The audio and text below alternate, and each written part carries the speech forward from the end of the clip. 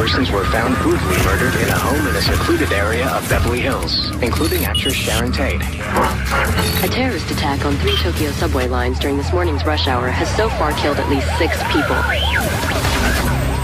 I used to think that people would have to be mildly mentally ill or pretty severely mentally ill to be drawn into a cult. And I totally disagree with that now. They allege that those who try to leave the colony are beaten and drugged. It's also possible that the cult leader has raped dozens of children. What these organized groups have evolved into is organizations of power, money, and sex. The bodies were reported to be the victims of a mass suicide pact, though some had been murdered. Passions and commitments that can be engendered by religion are extraordinarily powerful, and sometimes no other human beings can stand in their way. Mass suicide, murder, child abuse, terrorism. Cults are synonymous with tragedy and disaster. But nobody sets out to join a cult.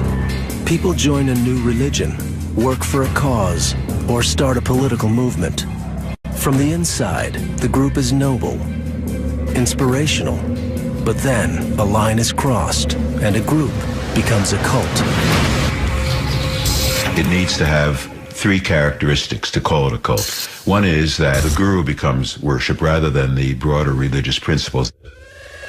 Case file, ᴅᴏsᴛ. Japanese cult leader Shoko Asahara convinced disciples that he was Christ reincarnated and that they must surrender their will to his for ultimate salvation. Another characteristic is that it has thought reform-like characteristics, that is, systematic indoctrination with a great focus on confession, criticism, self-criticism in a systematic way. Case file, Jonestown. Jim Jones held all-night preaching sessions where cultists would be forced to confess their sins in public, so that Jones could issue brutal public beatings. A third characteristic has to do with heavy exploitation from above, usually the guru himself or herself and other higher-ranking people, and that exploitation tends to be economic and sexual. Case file, FLDS. May 2006. Cult leader Warren Jeffs is named one of America's 10 most wanted. His crime, as leader of the fundamentalist Latter-day Saints, a polygamous cult, Warren Jeffs stands accused of the rape and imprisonment of children. But even with their leader on the run from the law, the members of Jeff's cult see themselves as faithful followers of God, not a band of criminals.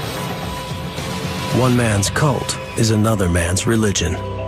It has been that way since ancient times. 2,000 years ago, a carpenter, a prostitute, and 12 other outcasts started a cult that challenged all social values of the time.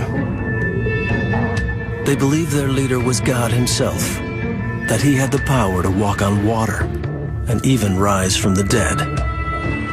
They believed he would form a new kingdom, and their obsession with revolution worried local authorities. For decades, followers of the Nazarene, called Christians, were viewed as a cult by the Roman authorities.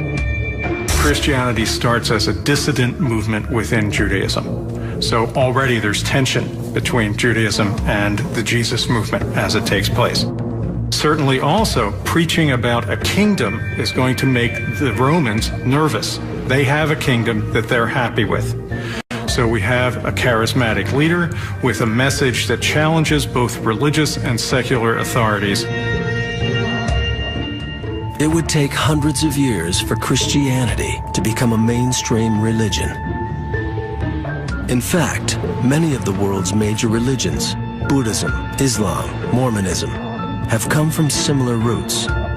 They have all endured the suspicion and persecution that comes with the label of cult. I think people fear the cult because they fear difference in a lot of ways, and this is a manifestation of religious difference. Most cults are nonviolent, and some have lost the label and become mainstream. Religion itself is not the problem, but cult leaders use religion to commit heinous and terrifying crimes. The kind of crimes that have led the FBI to hunt down Warren Jeffs, leader of the polygamous cult, FLDS. John Llewellyn, a former sex crime investigator with the Utah Sheriff's Office, has investigated several polygamous cults in Utah. While I was a deputy sheriff, I was in charge of all the sex crimes. And the captain started giving me these complaints about polygamy. And I knew very little about polygamy, and so being a good detective, I started to read up on it so I'd know better how to handle these. Several polygamous cults have spread throughout the western U.S., reaching a population of over 30,000. Though they split off from the mainstream Mormon church a century ago, they are erroneously referred to as Mormon fundamentalists. Both groups take their theology from the Book of Mormon and trace their faith back to the prophet Joseph Smith. But only the polygamous cults, as opposed to the Mormons, cut themselves off from society to hide their secret lifestyle. A lifestyle they practice because, according to their theology, it's the only path that leads to heaven. And they believe that for every wife, they will have a world. They will be the god of every world, one for each wife, and that wife will be the Eve of that world. And it will only be the Mormons who will have sex in heaven. As an undercover agent, Llewellyn expected to research polygamy as an outsider. But as he learned more, he and his wife soon found themselves in an unexpected position. This lady with 3 little girls, a single mom, asked if we wouldn't adopt her children if something happened to her. So I told my wife, I said, let's tell her we're studying Mormon fundamentalism, polygamy, and that might discourage her. To my surprise, 2 weeks later, she came to my wife and asked if she couldn't be part of our family. Llewellyn joined a polygamous cult, bringing a second wife into his home. Devotion to the cult had made him discard his lifelong Christian values. In Llewellyn's case, all 3 adults consented to the polygamous arrangement, but in many households of the FLDS, polygamy takes an even darker form. Not all women are child brides in these polygamous households of the FLDS, but many are. Children as young as 12 or 14 are marriageable. In the FLDS, Warren Jeffs routinely forces girls into marriages with men old enough to be their fathers. And in this cult of thousands, it's impossible to say how many girls have been forced to have sex against their will. Up until the relatively recent present, there had been a period of turning a blind eye to what was going on. But now there have been a number of indictments made against Warren Jeffs, and there has finally been the elevation of Jeffs to one of the 10 most wanted men by the FBI. In May 2006, Warren Jeffs became one of the FBI's 10 most wanted. But apprehending Jeffs wouldn't be easy. Upon taking over leadership of the FLDS, Warren Jeffs directed the construction of a 1,700-acre compound outside El Dorado, Texas. The centerpiece is a fortress-like temple, a huge white beacon amid the dusty Texas plains that cultists believe to be the most holy place on earth. Here, at the Yearning for Zion Ranch, the cult has been able to carry out its abuse of children away from the eyes of the law. Warren Jeffs is the latest example of a cult leader. A man driven by power, paranoia, and greed. But as the manhunt for Jeffs continued, unknown numbers of girls became unwilling brides. Each day Jeffs remained free, a girl paid a horrifying price.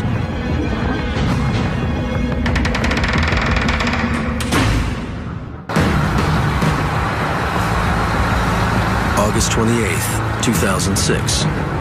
Las Vegas police pull over a red SUV on a routine traffic violation. But the man at the wheel is no routine criminal. It is Warren Jeffs, one of America's 10 most wanted fugitives. Like most cult leaders, Warren Jeffs has been using religion to act out his fantasies. Fantasies of domination and greed. Dependent on secrecy, he built a temple to his perversity in the isolated plains of Texas. But now, the prophet has a problem. Locked up in a federal prison, Jeffs is finally to be punished for his crimes. And when cult leaders are cornered, they can drive the cult to self-destruct.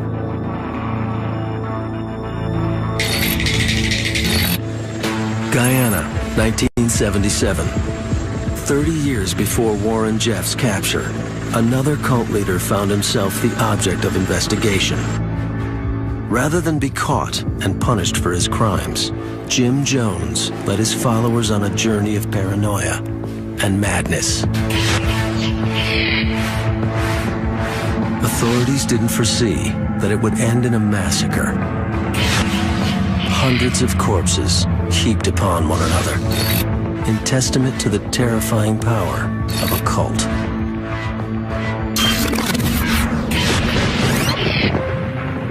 Lynn, Indiana, 1941. 10-year-old pastor Jem Jones is preparing for one of his first church services. Neglected by his parents and often alone, Jem seeks comfort in the stories of the Bible.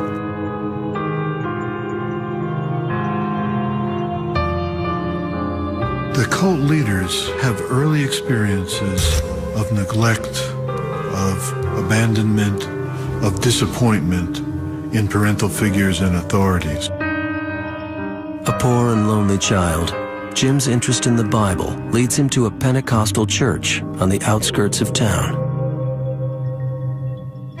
Believing in salvation through the Holy Spirit, Pentecostalists demonstrate their faith by speaking in tongues and witnessing faith healings, often ostracized for their own extreme behavior. The Pentecostalists offered Jim acceptance. I joined a Pentecostal church because they were the most despised. They were the rejects of the community.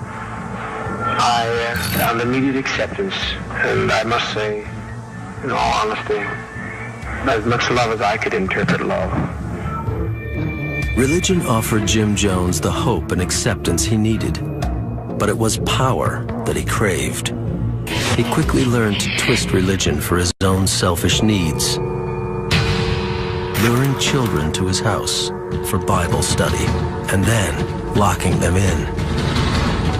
Raised in poverty, Jones was convinced that a church should provide for its congregants.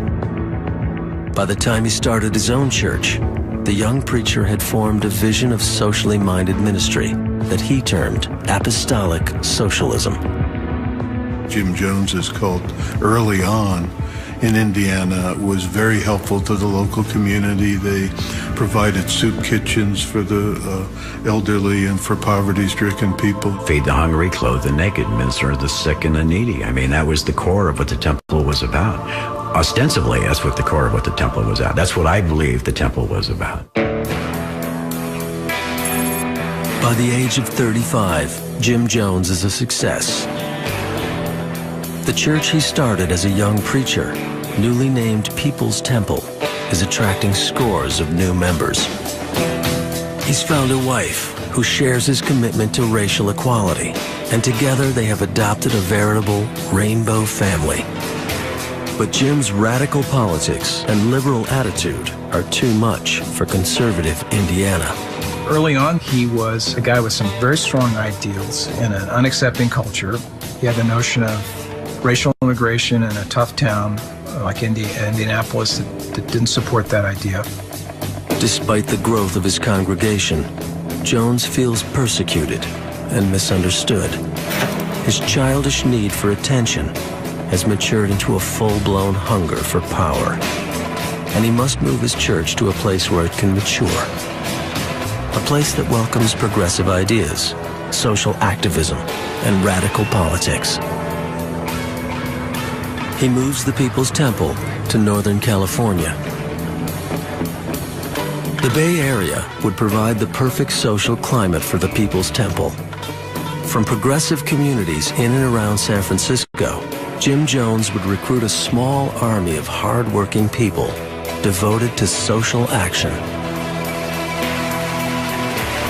The progressive community in San Francisco and the liberal community loved us because we were clean-cut and responsible, and we had money, and we helped people. Rest homes for the elderly, tutoring classes for students, free legal advice. People's Temple provided a variety of social services, but for Jim, the social programs served a more selfish need. Most of these destructive cult leaders fit at least 8 of the 9 criteria for a narcissistic personality disorder. Jim Jones, in all of his social programs and his congregation's involvement in the community, increasingly built his own sense of power and significance and glory in these projects. The progressive atmosphere of San Francisco afforded a lot of opportunity for an activist church like Jones's. But the quest for power and glory was only part of his motivation. The driving force in the move to California was his exceedingly strong paranoia. In 1962, Esquire magazine published an article on the 9 safest places to hide in the event of a nuclear attack. Redwood Valley, just outside San Francisco, was one of them. Jones had had a vision that the Midwest was to be destroyed in a nuclear attack, and it was therefore essential to move quickly. He even set specific dates for this nuclear explosion that would begin the end of the world. I have given the date, the month, and the year where a nuclear war will take place.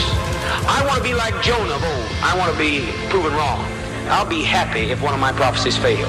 They haven't yet, but I'll be glad when one of them does. The move from Indiana was only Jones's first step in a dark descent, one that would drive his doomed temple much further than San Francisco.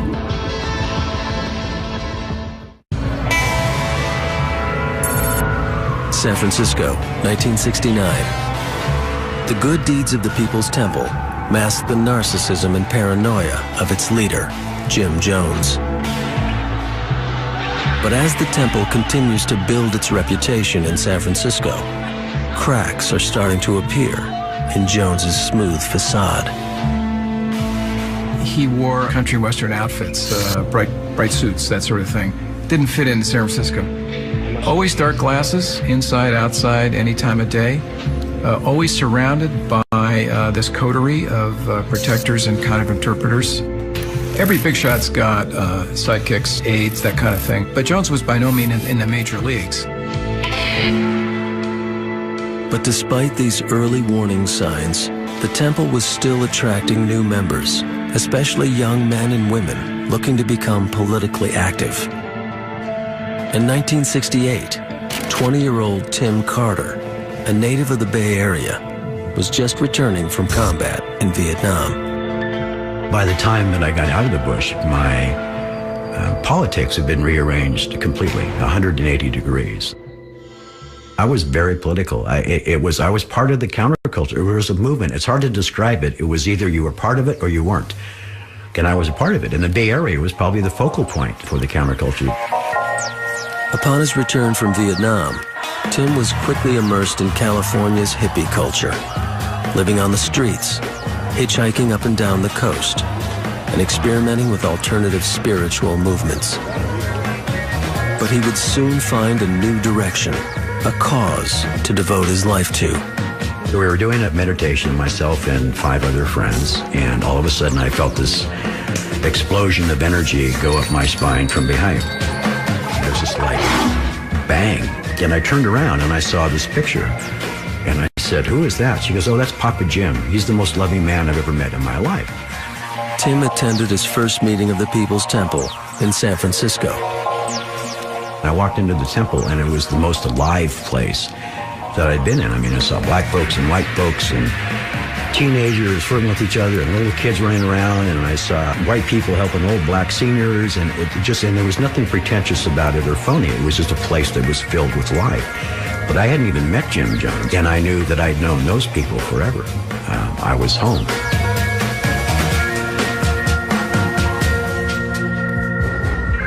As a member of the counterculture, Carter was already attracted to social activism.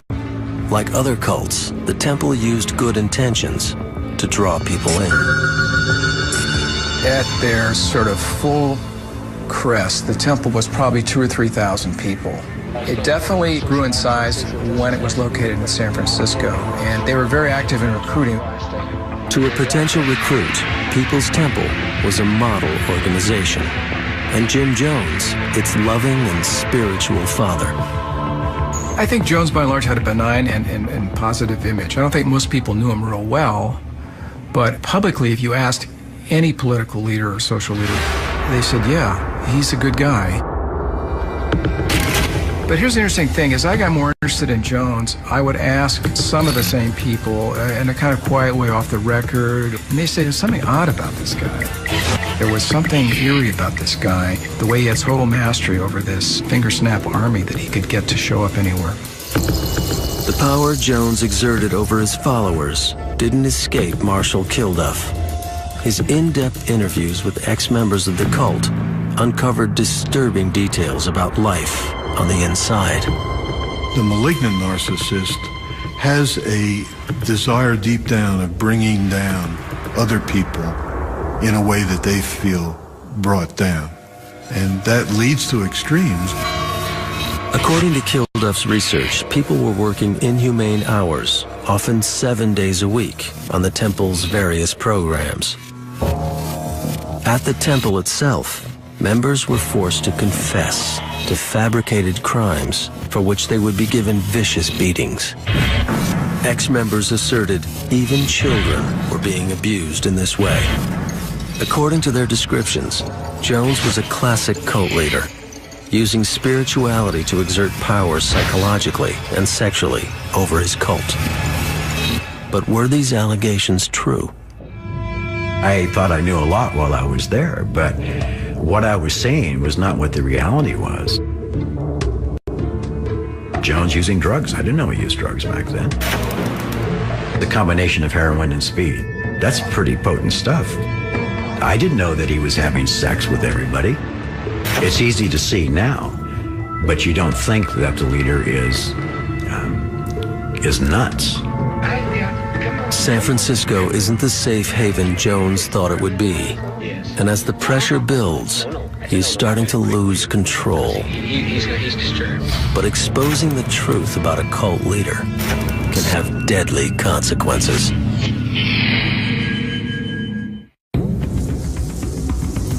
By the end of 1977, Jim Jones is feeling heat from the press.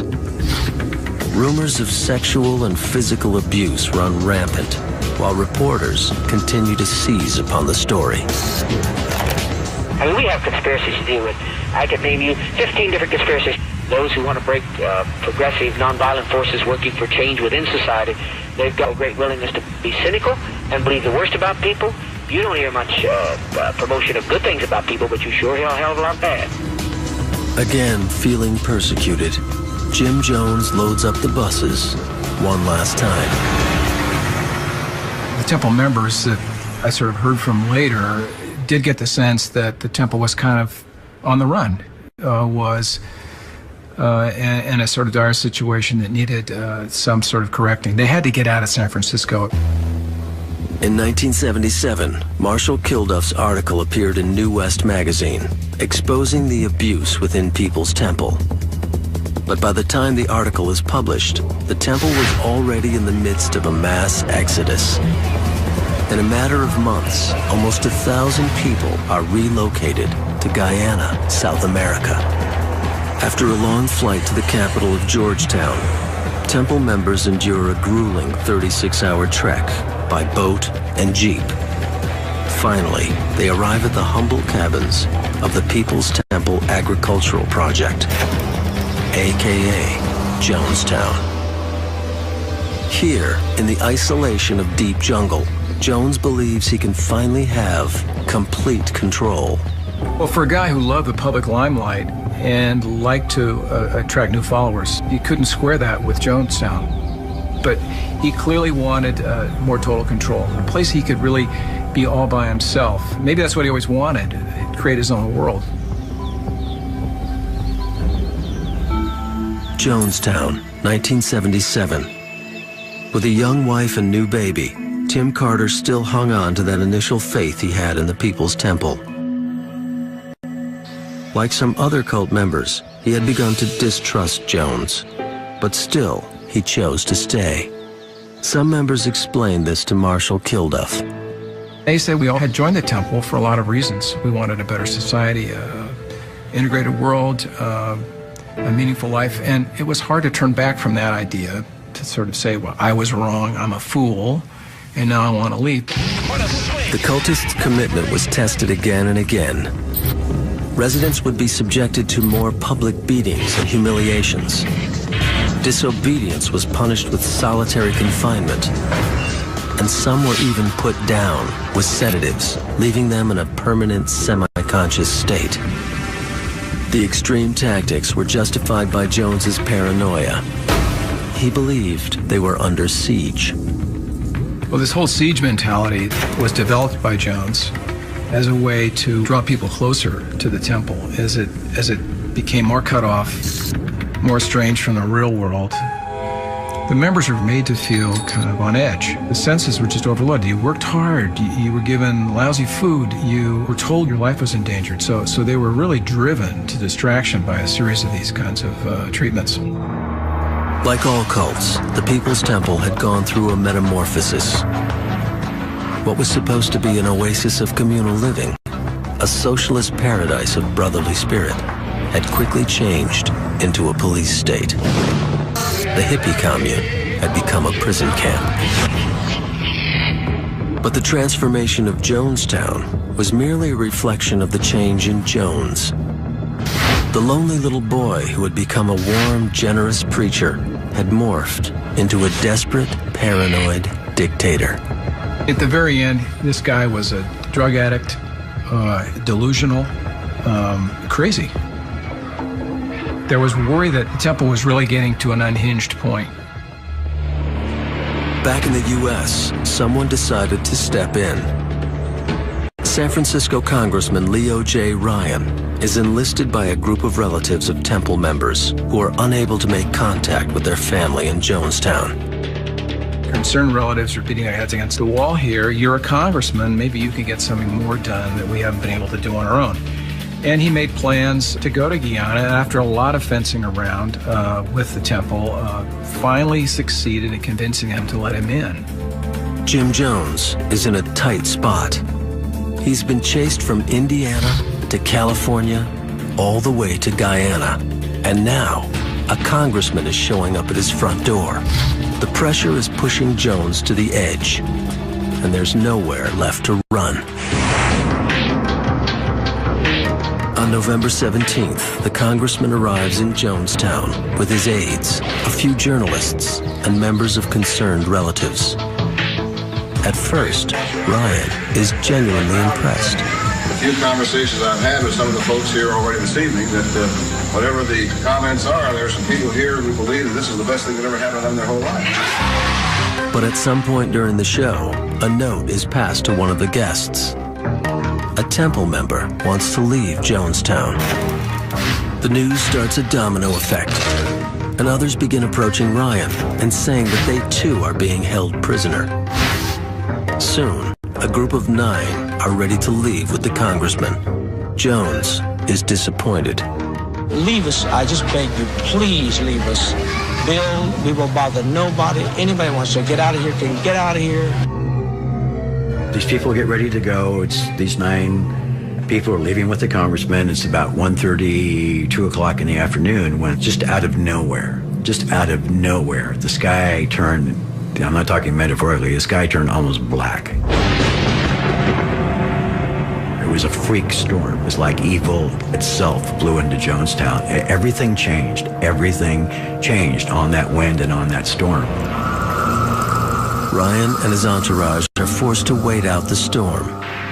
But Jim Jones knows that he cannot allow anyone to leave Jonestown.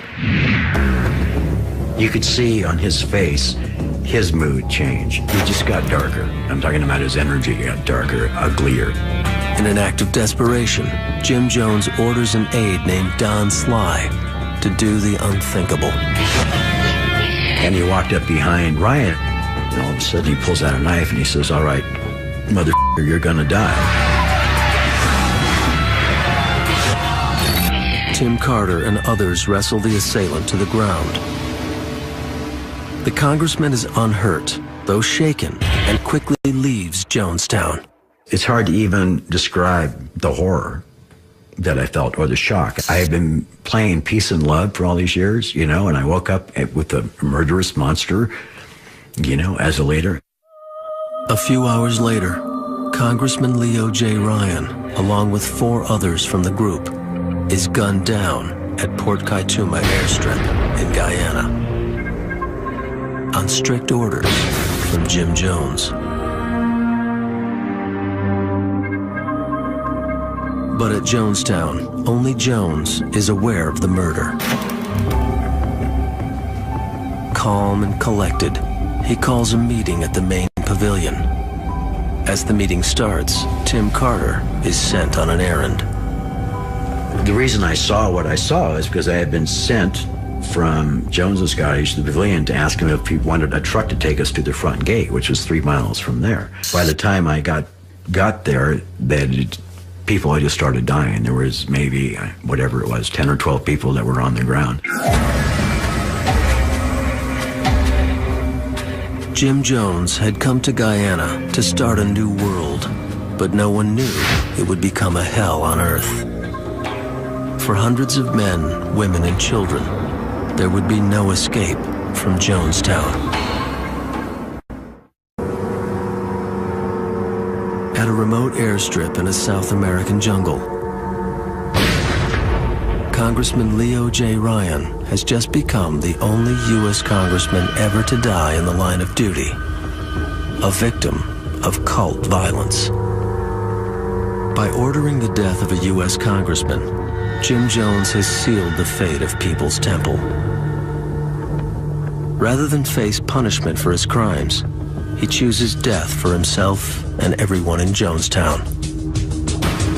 My opinion is that we be kind to children and be kind to seniors and take the portion like they used to take in ancient Greece and step over quietly, because we are not committing suicide. It's a revolutionary act. We can't go back. They won't leave us alone. They're now going back to tell more lies, which means more congressmen, and there's no way we can survive. While hundreds were listening to Jones's speech at the main pavilion, a few high-level members had been preparing the deadly potion, a lethal dose of cyanide, dissolved in grape-flavored punch. There are people who are screaming, "Let's not do this," and "What about this option?" and isn't there anything else we can do, Father Jim? And he would talk them down, berate them, and many of them led to this vat of poison. And then suddenly, around the edges, appeared guys with guns, shepherding, pushing people towards taking the drink. Temple member Tim Carter, confused and stunned, witnessed the beginning of the deaths. I was absolutely conflicted. There was a part of me that said, everybody's going to die. Another part of me that said, no, this doesn't make any sense. This is not going to happen. In shock and disbelief, Tim Carter fled to the relative safety of the Guyanese jungle. But at the main pavilion, Jim Jones was turning Jonestown into a mass grave. Over 900 men, women, and children were poisoned at Jonestown, including Tim Carter's wife and 1-year-old son.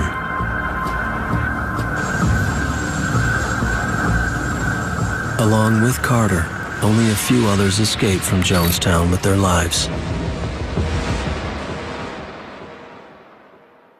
Jones himself was found with a fatal gunshot wound to the head.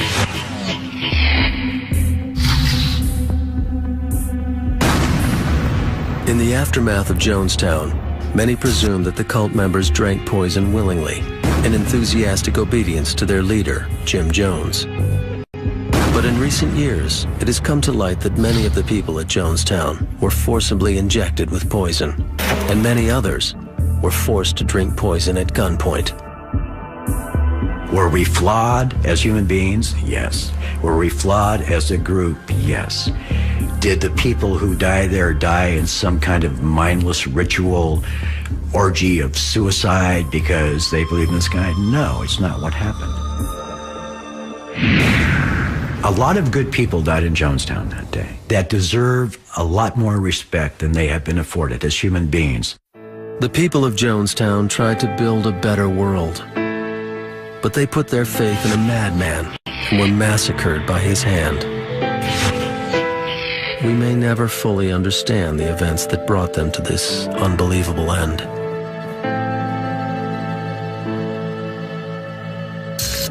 For almost 30 years, Jonestown has remained the icon of cult tragedy. Still, new cults continue to rise, some in even more bizarre and terrifying forms. As the new millennium approached, cults all over the world became obsessed with the idea that the year 2000 would bring apocalypse. An epidemic of apocalypticism gripped the world in the late 1990s. Most cults simply watched and waited for the final days. But in Japan, one cult decided they can actively bring the apocalypse into being through terrorism. In 1995, ᴅᴏsᴛ was a wildly successful new religion based in Tokyo. Led by a mysterious, partially blind guru named Shoko Asahara, Om synthesized various Hindu and Buddhist teachings in a quest for spiritual purity. But like so many cult leaders, Asahara's quest for purity led to apocalyptic fascination. In ᴅᴏsᴛ, one does not simply passively await for the end of the world to take place. One joins in that process to help it along. Asahara's apocalyptic obsession was a full-time project for the cult. In blind obedience to their leader, the cult members poured their resources into a deadly scheme. They would release poison gas all over Tokyo. The Japanese would think the Americans had done it. The Americans would think the Japanese had done it. Other major powers would be drawn in. World War III would begin. And through World War III would come the biblical Armageddon.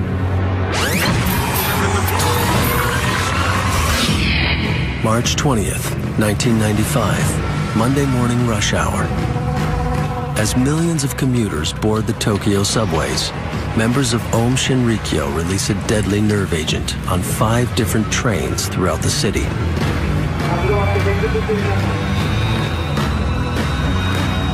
The chemical weapon is known to cause suffocation, convulsions, and death. Nearly 5,000 people were injured in the Tokyo subway attack, and 1,000 required hospitalization. 11 were killed. In the months that followed, governments began to realize the horrible implications. As powerful weapons land in the hands of fanatic cults obsessed with apocalypse, disaster will strike. Around the world, police prepared to do battle with the terrorist cult. It wasn't the kind of terrorist group that wanted to hijack planes or do simple acts of what we think of as terrorism. What Om kind of suggested was a wider goal, a more ambitious goal of changing the world, remaking the world. With the significance of the year 2000 in many religious traditions, including the stories of the Book of Revelation, the FBI began an ambitious project to identify which cults, out of the thousands in existence, had the potential to become dangerous. In 1999, they released the Project Megiddo report. One of the fears behind the Project Megiddo report is that any millennialist group that imagines a catastrophic end of the world might itself turn to violence. But again, the report fails to distinguish between rhetorical violence, descriptions that happen in texts, and actual violence perpetrated in the world by people who take those descriptions seriously. In trying to prevent cultic violence, law enforcement authorities must walk a fine line. The line between a religion and a cult. In a society where religious faith is praised, but religious violence is condemned, there will always be opportunities for cultic tragedy. As long as there is a call in a religious community to live a life that is different from the life everybody else lives, to obey laws or practices that might be different from everybody else, there is the possibility of tension. Wherever there's the possibility of tension, there's the possibility of conflict. Wherever there's the possibility of conflict, there's the possibility of violence. Cults share certain defining characteristics. In a cult, leaders recruit members through deceptive techniques that rob them of their identity and individuality. Experts have termed these techniques thought reform. Thought reform is a systematic effort which has two stages. One is the breakdown stage with heavy confession and a breakdown of one's own psychic integrity. And then there's the second stage, which is re-education, trying to remake a person into a new person. Case file: the family. Cult leader Charles Manson used a systematic program of drug use and sexual violation to break down his young recruits' resistance, rendering them vulnerable to Manson's bizarre re-education. The cult tends to focus on the leader and his needs, as opposed to most religions. The focus would be on the community or upon worship. Case file: Branch Davidians. As leader of the Branch Davidians in Waco, Texas, David Koresh wasn't satisfied being followed as a preacher. He needed to be worshipped as a god. With Koresh demanding that the group members call him Dad or Father, and then that gradually moves to God the Father and actually God. Finally, cult leaders exploit members to fulfill their own needs for power and control. In many cases, the exploitation is financial or sexual, but at times has taken an even darker form. The California Institution for Women is the largest penitentiary for women in the state of California. A model inmate for almost 4 decades, Leslie Van Houten is attending her 16th parole hearing. In ordinary circumstances, she would have a good chance of receiving parole. But Van Houten is no ordinary criminal. 37 years ago, before her life as an inmate, Leslie devoted her life to a cult led by Charles Manson.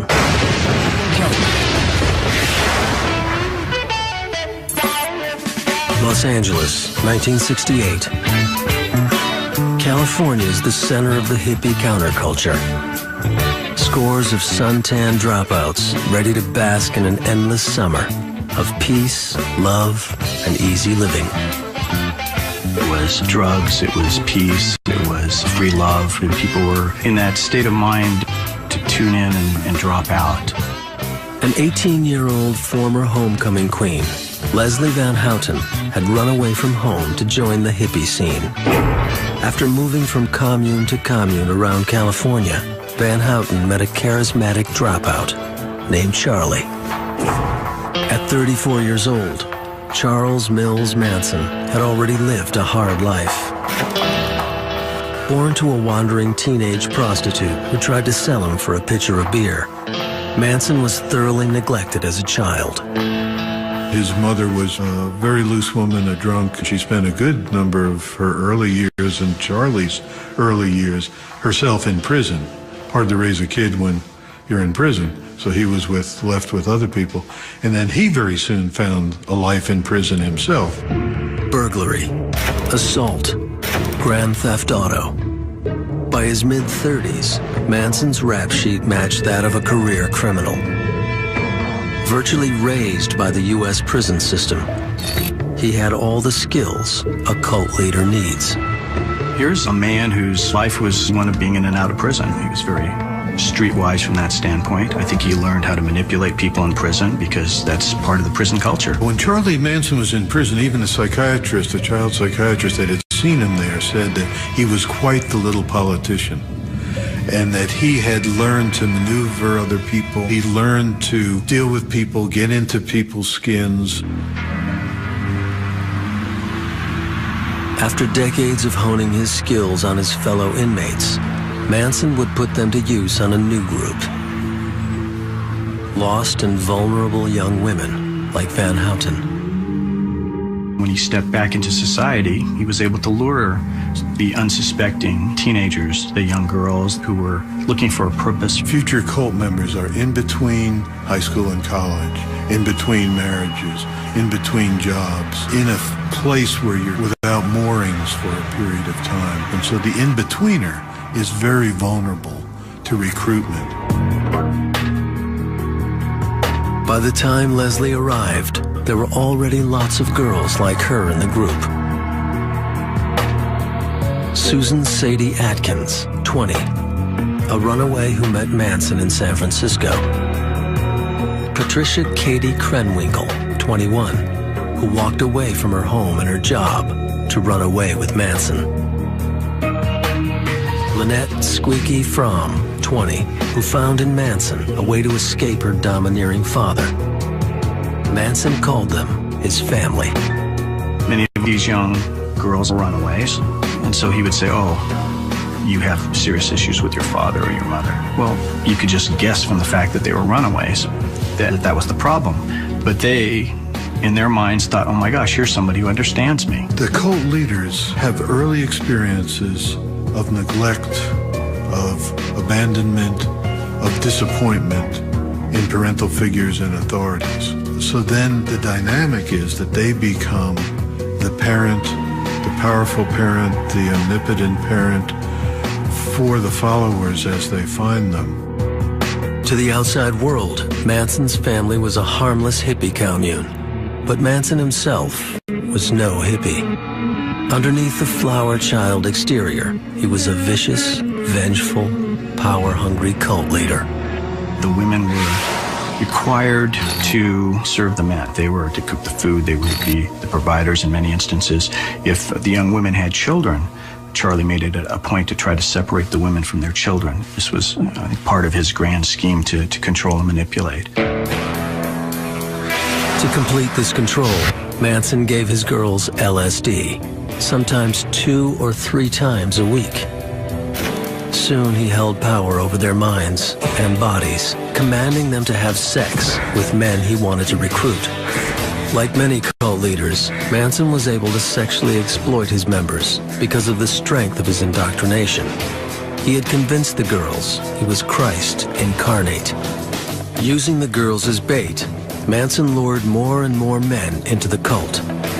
With their addition to his growing family, Manson could finally start enacting his great plan, Helter Skelter.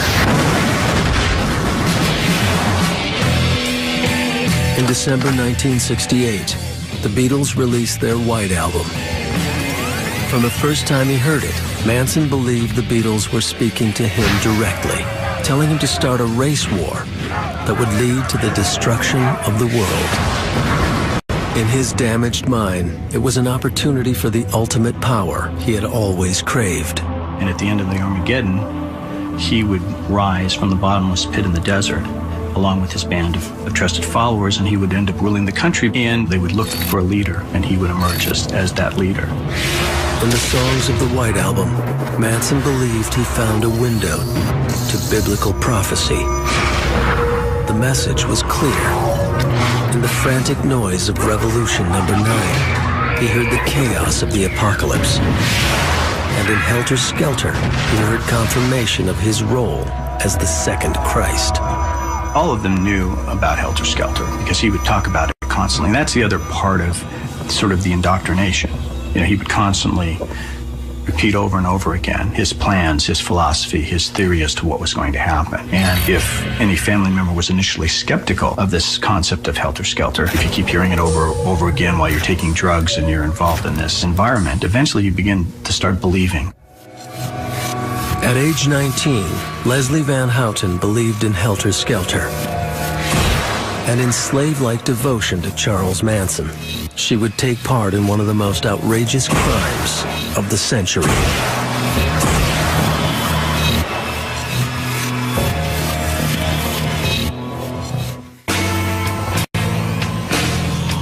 As a teenager, Leslie Van Houten was indoctrinated to believe Charles Manson was God. And to help her God take over the world, she would become one of the most famous criminals in history. How are you today? Thank you. For decades, she has been denied parole. And though parole boards and lawyers change over the years, one other face has been here from the beginning. Victims' rights advocate, Deborah Tate. I have no hate or contempt for these people. However, I am extremely committed to keeping them exactly where they are. Deborah Tate's sister was the most well-known of Manson's victims. In 1969, Sharon Tate was a 26-year-old film starlet, pregnant and newly married to the director Roman Polanski. But before she could become a Hollywood legend, her life would be taken in senseless violence. There's no guarantee that... For the last several years, Deborah Tate has attended the parole hearings of all former members of the Manson family. ...for their actions. Subsequent parole consideration hearing for Leslie Van Houten. But Van Houten's case is the most controversial. Compared to the other Manson family members, she has been convicted of the fewest number of crimes, and if anyone is closest to being paroled, it would be her. I just have to be here to remind society of exactly what it is we're talking about. And what we're talking about is cold-blooded, senseless murder. By 1969, Manson was obsessed with Helter Skelter, the song he believed foretold the end of the world. After a great apocalypse, Manson believed God would give him control of the earth and power over all its inhabitants. But the world had yet to see what grisly crimes would be enacted in the name of this bizarre scheme. August 9th, 10 p.m. Charles Manson drops off 4 of his cult members, Sadie, Katie, Linda, and Tex, at a randomly chosen house in a wealthy white neighborhood. Driven by their belief in Manson, the 4 cultists enact the plan devised to start Helter Skelter. One by one, they brutally beat, stab, strangle, and shoot their 5 victims, including actress Sharon Tate, who was stabbed 16 times in the back and chest. Her blood is used to write cryptic messages on the walls. When the murders were first reported, it sent a wave of fear throughout Los Angeles. It was very confusing. People didn't know what to think. People were very afraid because you have these random killers. The murders sent a wave of fear throughout the city. But they failed to start the apocalypse. Manson's vicious plot called for more murders, and he knew that his girls would be all too willing. The girls in the family viewed Charlie in a number of ways. As a father figure, as a lover, as Jesus Christ, as many of them thought he was. Basically as this presence that they loved and they were willing to do anything for. The next night, Manson drove to another randomly chosen house in a wealthy white neighborhood. This time, the group was slightly different. It included newcomer Leslie Van Houten. With their murderous directive from Manson, the cultists enter the home of shop owners Rosemary and Lino LaBianca. There, Leslie and Katie stab Rosemary 41 times. Her husband, Lino, is stabbed 12 times with a knife and punctured 14 times with a carving fork. The crime scene photos are horrible. I mean, they carved war into Lino LaBianca's chest. There was a fork stuck in his chest as well. There was a knife embedded in his throat. Both of them begged for their lives, but to no avail. After the murders, Manson took his cult to a hiding place in Death Valley to wait for helter-skelter.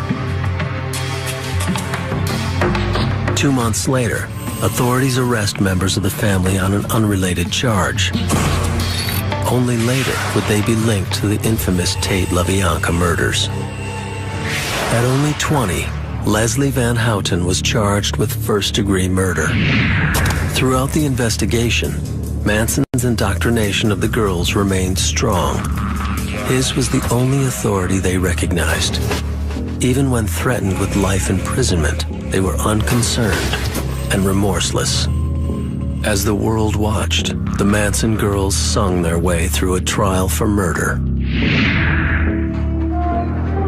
They were absolutely flip about it, as if nothing had happened, as if they were proud of what they had done, that there was no shame or no sense of wrong. Throughout the trial, Manson's strangle-like hold on the girls became more and more visible. When he carves an X into his forehead, the girls mutilate their own faces. When he shaves his head in protest, the girls follow suit.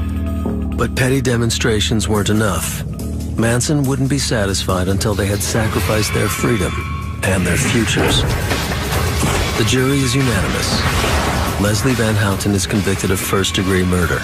The 3 defendants are eventually sentenced to life in prison. There's something that caused them to do such a horrible crime, and to do it in a manner where there appears to be no remorse afterwards. And so when you have someone like that, the question becomes, can they ever really be rehabilitated?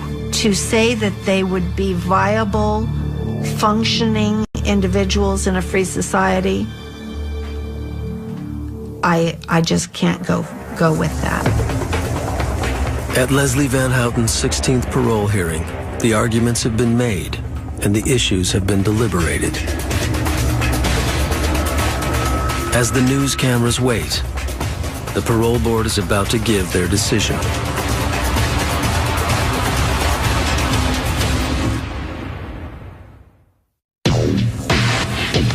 For 37 years, Leslie Van Houten has been behind bars. Since her arrest at age 19, she has been denied parole 15 times.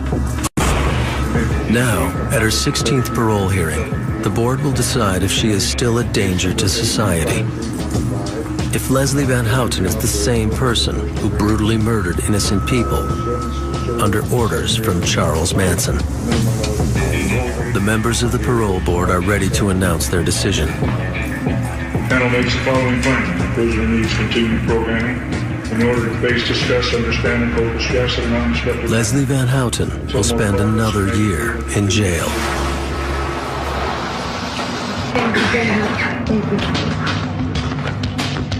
Her cultic devotion to Charles Manson has cost her her freedom.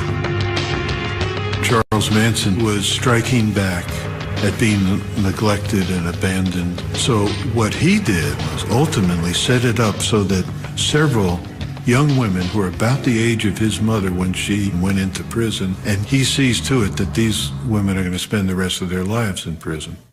Manson's vengeance was complete. Almost 40 years after their cultic crimes, all 3 Manson girls remain imprisoned. But every parole hearing or attempted appeal is still a media circus. We all need to stand together and put our foot down. And the hard work that she's done. If the crime were committed today, the minimum sentence that she would have received for these The world continues to be shocked by the naked cruelty of these decades-old crimes. But there are other equally shocking cults that the world has never heard of. Remote outposts of torture and death. Nestled in lush green mountains lies a ghost town few have ever seen. The clean, white walkways are empty, and the little houses stand abandoned. But the quaint Bavarian architecture disguises a horrific history. What resembles a village in the heart of Germany is a cult compound in the Andean foothills of Chile.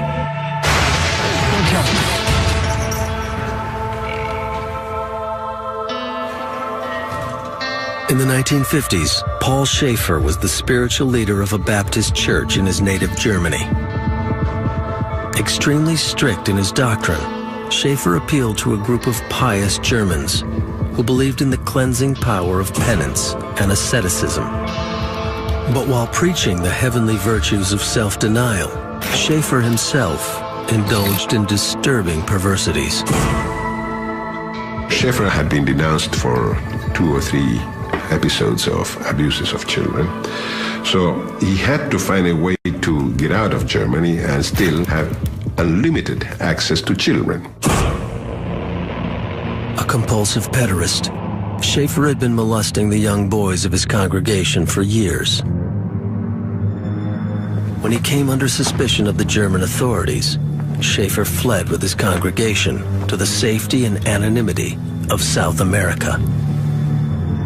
In 1961, he purchased a large piece of land in a remote area several hours south of Santiago, Chile. There, he put his cult to work building an orphanage for Chilean children, with whom he could enact his twisted fantasies. Heinz Kuhn, a German national, spent 6 years at the colony. Let me tell you something. If this were to happen to me today, I would never have gone. But when you are young, 19, 20 years old, you're not prepared for life, and anything is possible in a group. To the Chilean locals, Colonia Dignidad, the Colony of Righteousness, was a successful humanitarian organization. In a very short time, the cult had built a functioning hospital that tended to local poor, a large farm that grew a surplus of crops, and even a large commercial food unit that churned out German sausage and strudel to be sold in stores throughout the country. Schaefer turned his cult into a thriving business with a glowing reputation and huge profits. Profits that were based on slave labor. As far as the religious preaching that had existed in Germany, it was like goodbye, nothing, only work, work, work. All for God, all for something grand, something beautiful. We worked from the morning until night. And then the cement trucks would arrive and would continue again for 2 or 3 hours. Everybody unloading or building a house, placing roofing tiles. The motto was, work makes you free. The same motto was written on the gates of the concentration camps. Using the slogan of the Third Reich, Schaefer had built his own private slave camp. Cult members worked long days, often 7 days a week. Refusal was out of the question, as public beatings and other sadistic discipline tactics became more and more common. But by the time these gradual changes had taken effect, it was too late. Escape was an impossible dream. And while Schaefer used the colony to bring in children for his sexual use, he found adult consensual sex sinful and grotesque. Residents of the colony were barred from having sex, even husbands and wives. Between 1982 and 1997, 15 years, not a single child was born in that place because he convinced everybody that sex was a crime, no matter what conditions. Sex between man and wife was a crime. Members of the colony feared Schaefer's vicious punishments, but celibacy was a rule almost no one could endure. Couples found ways to keep their sexual relationships secret. But when Heinz Kuhn impregnated his own wife, they were forced to attempt escape. With no money, no sense of geography, and only speaking German, the lovers were quickly caught and brought back to the colony hospital. The woman was given a forced abortion, while Kuhn endured his own personal hell. I was imprisoned in this hospital. I say imprisoned because it was against my will, with electroshock, pharmaceutical shock, and without giving me a drop of water for 15 days or more. Schaefer was particularly fond of using electroshock to discipline his cult. Men and women were given painful, sometimes crippling doses of electroshock to various parts of the body. And most tragically, as part of his twisted pedophilic philosophy, Schaefer implemented a bizarre plan to stop children from growing up. They treated the children to various processes that were aimed at inhibiting sexual development. It is documented that girls were treated to electroshock in the vagina, hormones were applied, because for Schaefer and for some of them, the fact that a girl develops into a woman is a terrible thing.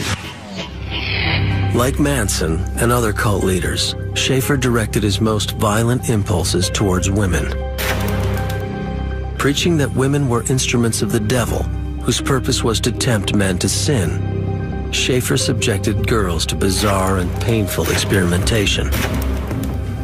The colony's modern hospital had become a haven for torture, soon to be feared by the entire nation. In 1973, General Augusto Pinochet staged a coup that successfully took over the Chilean government and set up a military dictatorship. During Pinochet's 17-year reign, thousands of Chile's intellectuals and political dissidents were kidnapped, tortured, and killed. It was only a matter of time before the two vicious dictators met. They become relevant for the militaries because they are a big place, well protected, guaranteed from the point of view of security and information, and they became a center for torture, for training torturers. Chilean people that were detained by the Chilean police were taken to that place, were tortured, some of them were murdered, their corpses were disappeared. To this day, it is a matter of debate whether cult members knew their compound was a torture center for the Pinochet regime. But if they were ignorant to the government's activities, they were witnesses to Schaefer's increasing cruelty within the cult. I couldn't take it anymore. Every day, the same thing. Shouting at people, hitting people, abusing children. We were silly fools telling the outside world how good we were. After 3 attempts, Heinz Kuhn escaped Colonia Dignidad alone, unable to convince his wife to flee. It would be decades before Paul Schaefer's dark secrets were finally uncovered. In 2005, Paul Schaefer was apprehended on charges of physical and sexual abuse. After an 8-year manhunt, authorities were able to arrest Schaefer without endangering the lives of his cult members. It was one small victory in a world that is littered with cultic tragedy.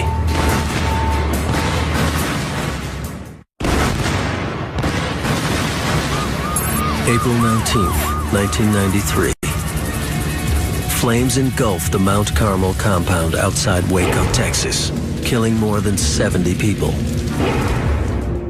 Under the leadership of David Koresh, the Branch Davidians, an offshoot of the Seventh-day Adventists, had entered into a shootout with federal officials that ended with a disastrous fire.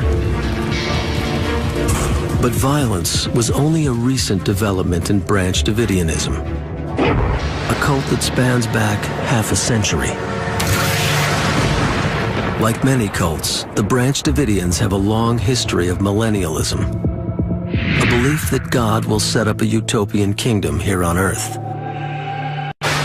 But the world we live in is so evil and corrupt it must be destroyed to make way for God's millennium. In Charles Manson's mind, this would be accomplished by an apocalyptic race war. But for the Davidians, it would come through the prophecies described by the Bible in the book of Revelation. The biblical book of Revelation is almost hallucinatory in its imagery. It's lush, it's extravagant, it has trumpets, it has monsters, it has almost anything that a fevered mind could imagine.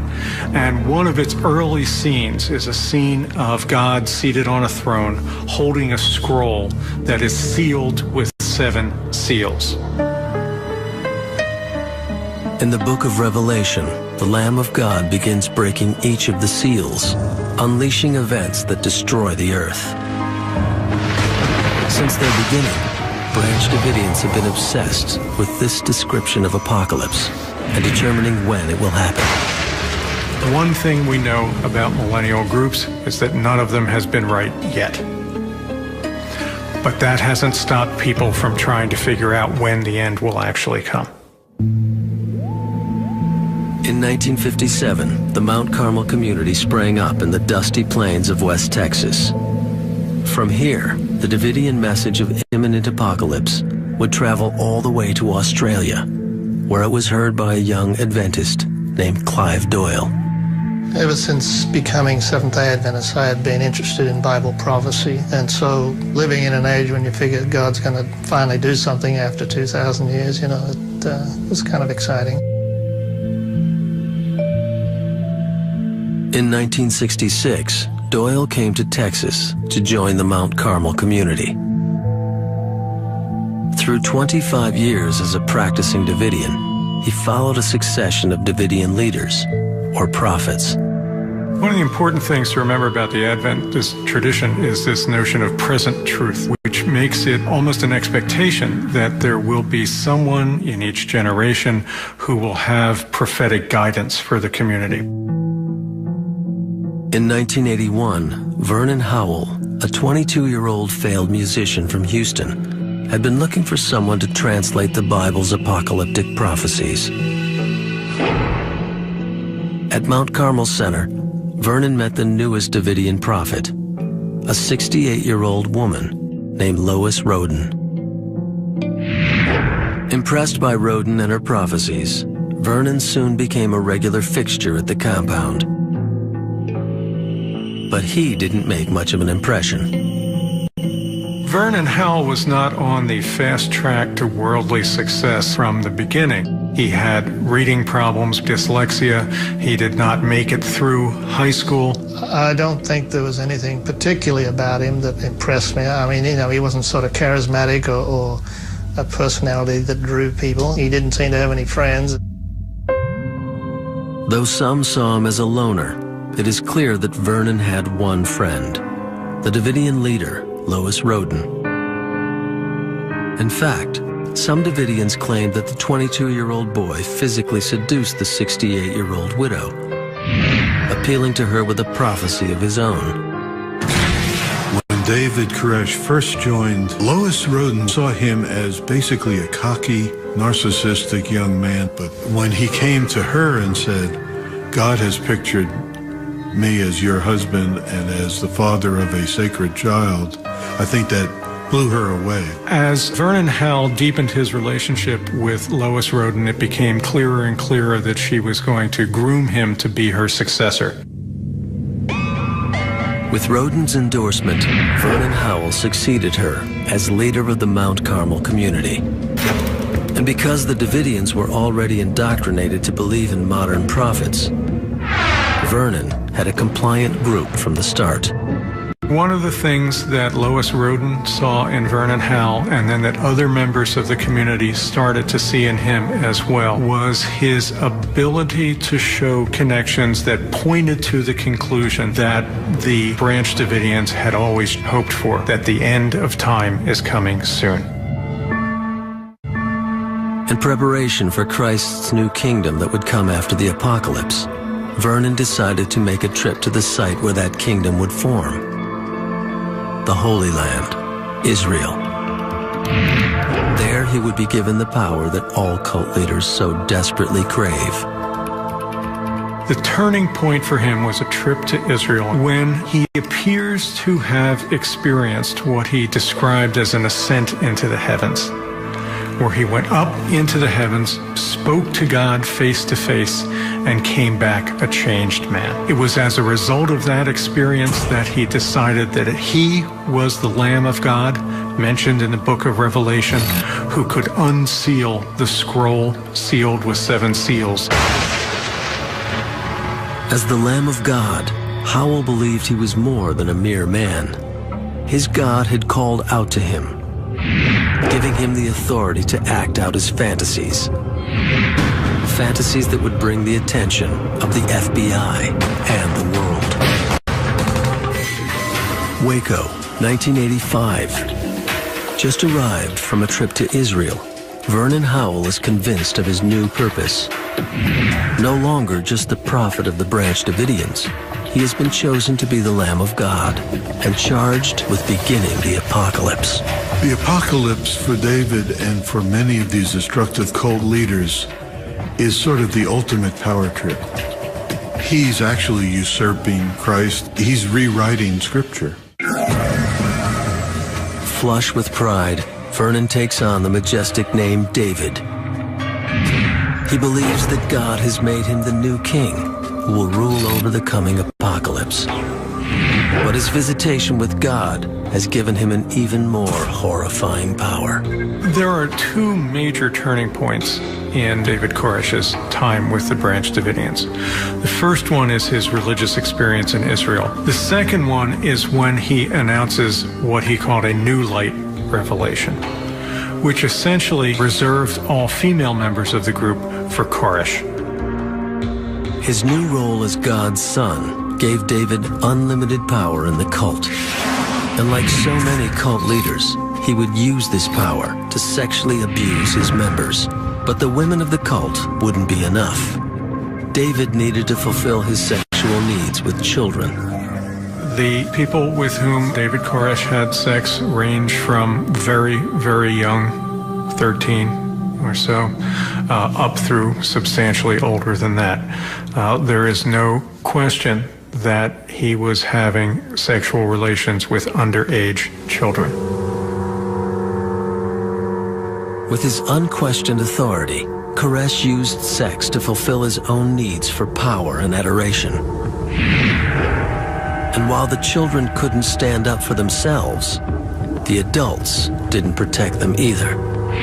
David did have a relationship with other women, some of which were young, because he believed, this is what I accepted, what I come to buy into, you might say. He believed God told him to do this. The parents of the children didn't intervene for a variety of reasons. But one is that for committed members, all of this is subsumed under a greater drama of salvation in light of the impending end of days. In the shadow of the coming apocalypse, Clive Doyle and the other Branch Davidians easily accepted David's sexual doctrine. They accepted David's role as the Lamb of God and obeyed his word as though it were God's, even when he ordered the stockpiling of illegal weapons. It was introduced to us that Christ told his disciples if they had any extra money, if they had an extra coat or something, go out and sell it and buy a weapon. They even go to church with their weapons, to their religious meetings. They're in the upper room for the Last Supper with weapons on them. February 28th, 1993. The Bureau of Alcohol, Tobacco, and Firearms receives a search warrant for the Mount Carmel compound on the grounds that Davidians possess unlawfully modified automatic weapons. There are also rumors of child abuse and drug manufacture. The ATF expected to come out after about a half hour with several people in handcuffs and lots of ATF officers carrying boxes of illegal weapons that they could then display to the TV cameras that had been alerted that something was happening at the Mount Carmel Center. And things went horribly wrong. At about 9:30 a.m., ATF agents drive into Mount Carmel in an attempt to execute search warrants against David Koresh and the compound. As the first agents approach, gunfire erupts.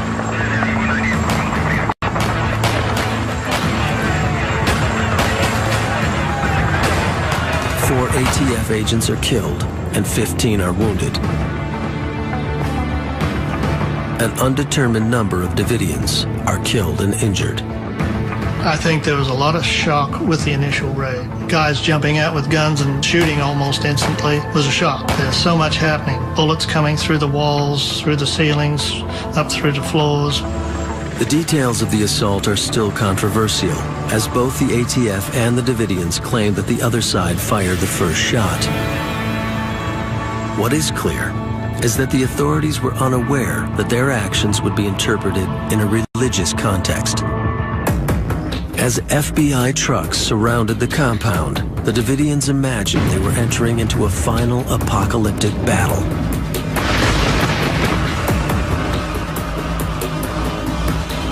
I believe in a devil. I believe the devil hates God, and the devil can't get at God except through us. In our case, I believe the devil saw the potential for what David was teaching, that the end of this world was drawing close, and I think he wanted to put an end to it. On Monday, April 19th, 51 days after the initial assault by federal authorities, the Mount Carmel compound erupted in flames. Clive Doyle narrowly escaped the crumbling building. I began to hear people behind me screaming, and I knew who they were. I recognized the voices. I guess that kind of galvanized me. I jumped up and lurched in the direction I figured the hole was, even though it was pitch black, and I somehow stumbled out.